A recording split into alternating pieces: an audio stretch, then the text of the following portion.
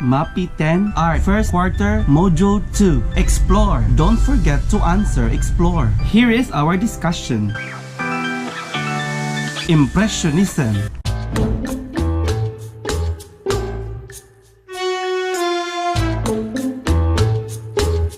Impressionist paintings are among the most loved and celebrated artworks of all time. But what is Impressionism, and who were the great Impressionist artists? Impressionism is perhaps one of the most identifiable and famous art movements of history. Often referred to as the first modern movement, it was born in April 1874 when a group of young artists defied the official Paris Salon by setting up their own independent exhibition.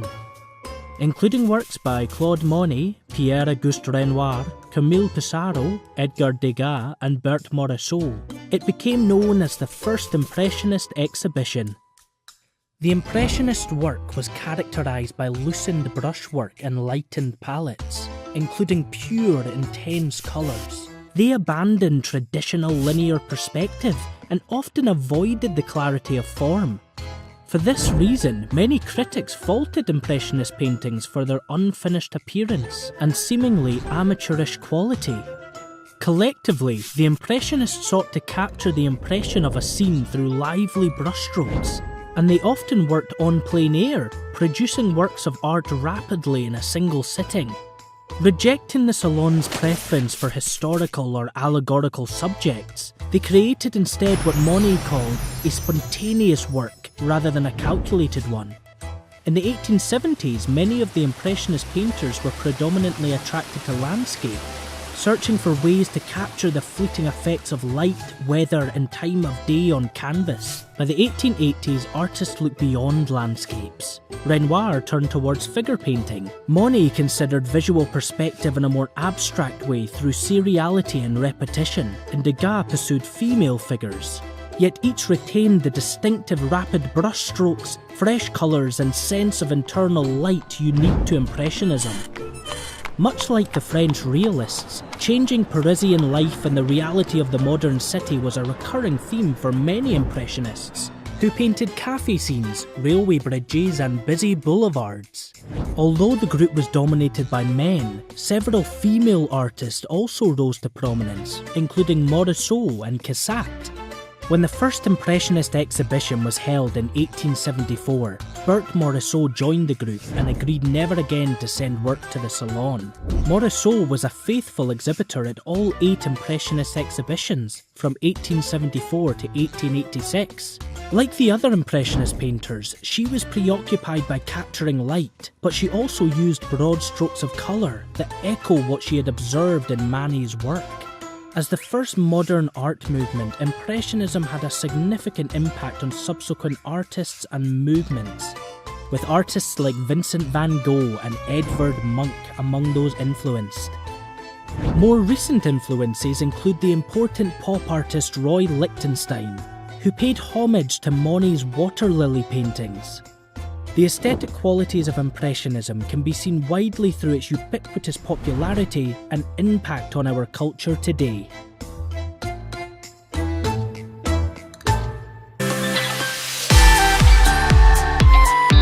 Post-Impressionism. Post-Impressionism emerged around 1885 and held sway in the artistic world until around 1914. Post-Impressionist artists aimed to make art an emotional experience through the use of symbolism, vibrant colors, and captivating forms. Post-Impressionism can be thought of as an exaggerated form of the Impressionism that came before. Like Impressionists, Post-Impressionists focused on what viewers might see if they only caught a glimpse of the scene portrayed. A major difference between the two movements was that instead of focusing on displaying light and color in a naturalistic manner like Impressionists, Post-Impressionists used more calculated juxtapositions and symbolism as tools to convey meaning in their work. Another difference was that Post-Impressionists chose rural scenes and everyday subjects for their paintings over Impressionism's high-fashion urban scenes. The impressions recorded by Post-Impressionists were less journalistic and more highly personal, and artists' thick brushstrokes drew attention to the expressivity of their art. The post-impressionist movement was initiated by a few independent artists.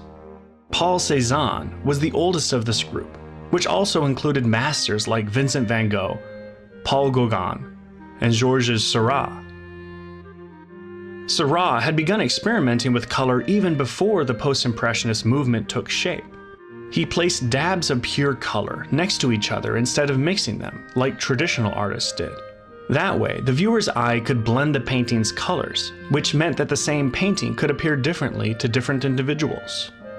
Cézanne used thick daubs of color throughout his work, often applying the paint with a palette knife. He experimented with reducing objects to basic geometric forms. Cézanne portrayed various elements as simplistic shapes and laid them out flat on the canvas, giving a decidedly abstract look and feel. His greatest complaint with the Impressionist tradition was that it did not allow artists to refine and harmonize the visual elements in the picture. This was the basis for the Cubist movement, which would grow out of post-impressionist art. Cézanne revived interest in the still life, which had been neglected by artists for nearly 300 years. His thick daubs of paint added dimension and expressivity to the still life objects.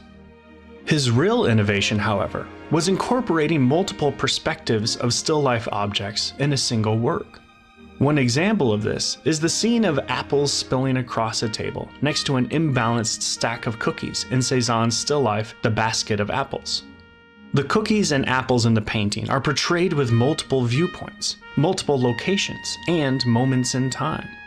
While Cézanne specifically avoided playing with light and shadow as his Impressionist predecessors did, the objects he features are vibrant and vivid because of his textured application of carefully juxtaposed color gradations.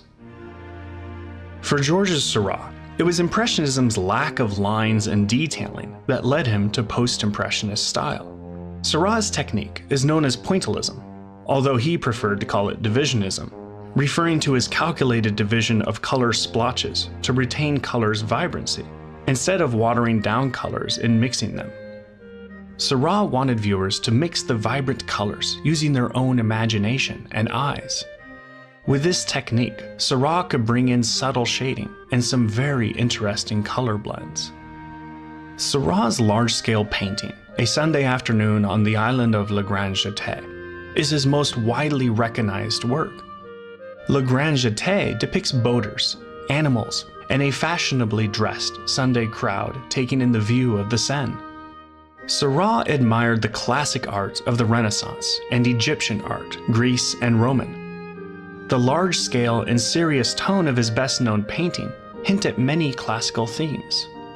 Unlike classic paintings, however, Seurat's work is not meant to prescribe or teach. The relationships between the people in the painting are up for interpretation, and the abstract impressions of their faces invite viewers to decide what their feelings and thoughts might be.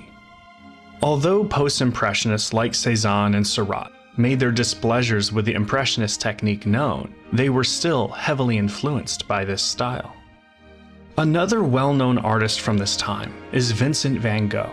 He moved further away from the impressionist ideas than Seurat and Cézanne did. Along with his troubled artist personality, Van Gogh is remembered for his masterpieces, The Starry Night, Sunflowers, and Café Terrace at Night. For Van Gogh, art was about color above all else. In this respect, he had an impressionist mindset, but the scenes Van Gogh depicted were more of an instinctive response than a scientific study of the scene.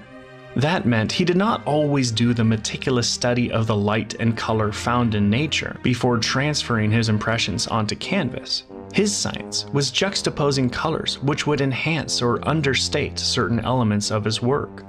Van Gogh also moved away from realism, but he never overlooked the emotional aspect of his art. In this respect, I would say that Van Gogh was a particularly spiritual post-impressionist. Paul Gauguin is another spiritual post-impressionist. In his painting The Yellow Christ, Gauguin depicts three kneeling Breton women praying at a grotto. Gauguin's use of simplistic lines, shapes, and exaggerated color show the intense emotional state of the praying group.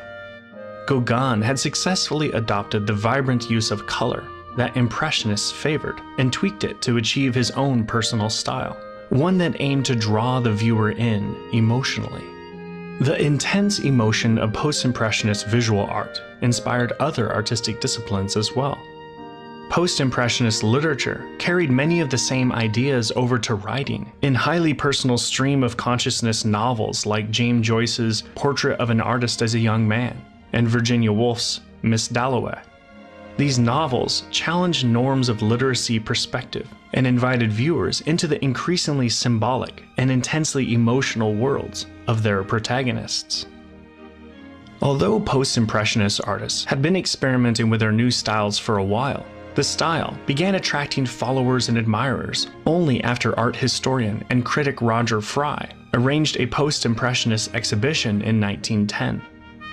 Fry, who incidentally discovered Cézanne's work, believed that the conventional art of the time was growing stale. He felt that the art world needed a shakeup of sorts, and that's exactly what he tried to achieve by displaying the art of Gauguin, Van Gogh, and Cézanne prominently.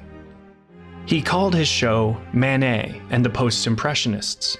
This was actually what gave the evolving style its name. The exhibition took the art world by storm, and Roger Fry did what he set out to do, to highlight the importance of emotional significance in art. The show brought substantial publicity to this emerging style.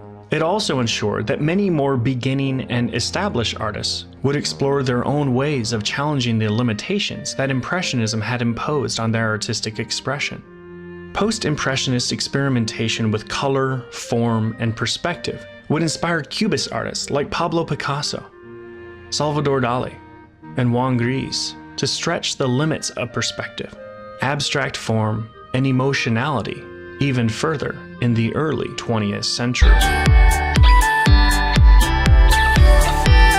Abstract Expressionism. If you visit a museum with a collection of modern and contemporary art, you're likely to see works that sometimes elicit the response, "My cat could make that, so how is it art?" A movement called Abstract Expressionism, also known as the New York School, gets this reaction particularly often. Abstract Expressionism started in 1943 and developed after the end of World War II.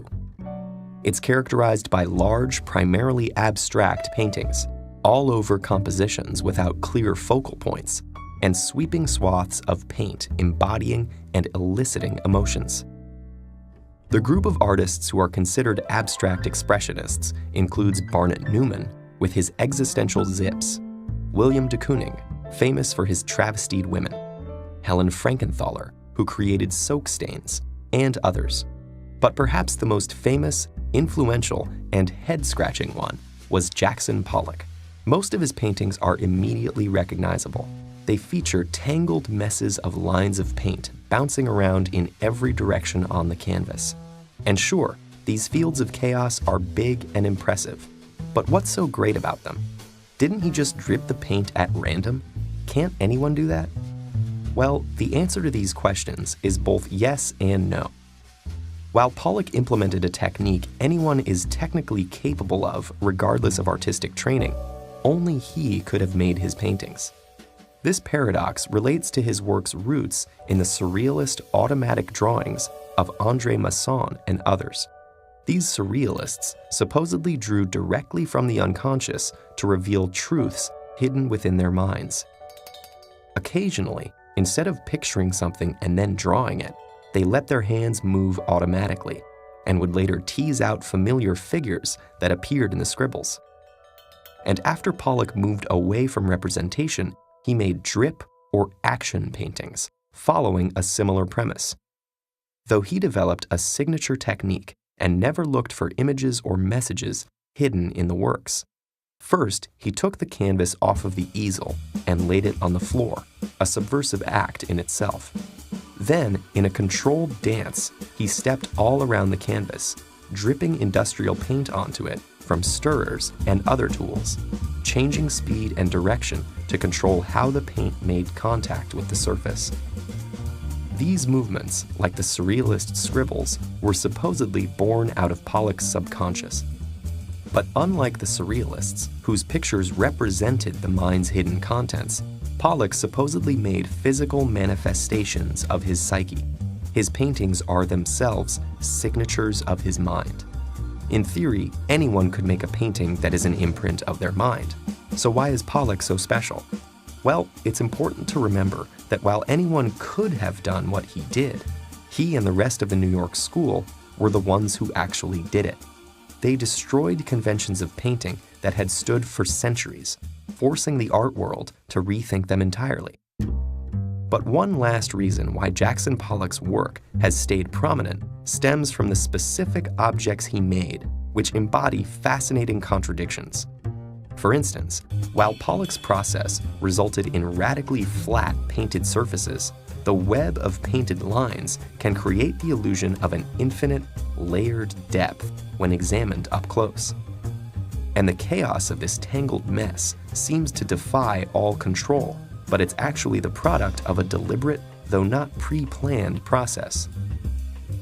These characteristics made Pollock into a celebrity, and within art history, they also elevated him to the mythified status of the genius artist as hero. So rather than evening the playing field for all creative minds, his work unfortunately reinforced a long-standing elitist aspect of art. Elitist, innovative, whatever you choose to call it, the history embedded in abstract expressionism is one that no cat, however talented, can claim. And lastly, pop art.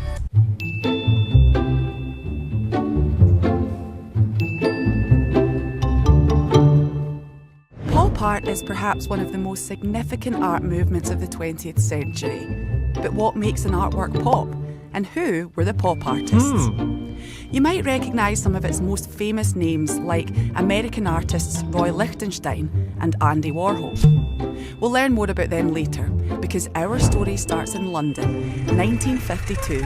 A group of young avant-garde artists, writers and architects, including Scottish artist Edoardo Paolozzi, formed the Independent Group.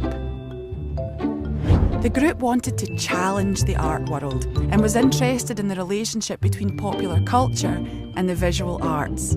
Paolozzi led the charge, giving an important presentation where he showed advertising, comic strips and assorted graphic images from American magazines. Inspired by these images, the group wanted to create art that was inclusive and which had mass appeal. Paolozzi had already begun to create collages using some of these images in works like I Was a Rich Man's Plaything, 1947, from the series Bunk. The collage brings together Coca-Cola advertising and an image of a Second World War fighter plane, while a playful magazine cover takes centre stage. Paolozzi also incorporated the word pop in a cloud emanating from a pistol above the featured starlet's head. In America, artists were also starting to reference and incorporate images from mass media into their artworks. The New York artist Roy Lichtenstein was inspired by comic books and cartoons. His early works from the 1960s included screen prints of Mickey Mouse and Popeye. His source material for the painting In the Car, 1962, was an image from Girls' Romances, an anthology by DC Comics. Here he presents an image of contemporary America through appropriating images from mass culture. Andy Warhol, whose name has become synonymous with pop art, emerged at the same time as Lichtenstein. In the early 1960s, Warhol embarked on a series of portraits of stars including Elizabeth Taylor, Elvis Presley and Jackie Kennedy. He used photographic silkscreen printing to create his celebrity portraits, enabling him to reproduce recognisable images already out in public, like publicity shots or tabloid photographs. He often repeated the image multiple times as both a celebration and critique of contemporary culture. Contemporary artists influenced by pop art, and sometimes referred to as neo-pop, include Jeff Koons and Damien Hirst. Like Warhol before them, they often celebrate banality, using mechanical processes to create their work, and repetition within it. But the legacy of pop art and its themes of repetition, daily objects and mass media lives on beyond art, with endless offshoots and commercial designs appearing in contemporary society. Is this the greatest sign of their success, that they took from popular culture to create art, and now the art they created has been reclaimed by popular culture once more? Firm up. Write your answer at the space provided. Deepen.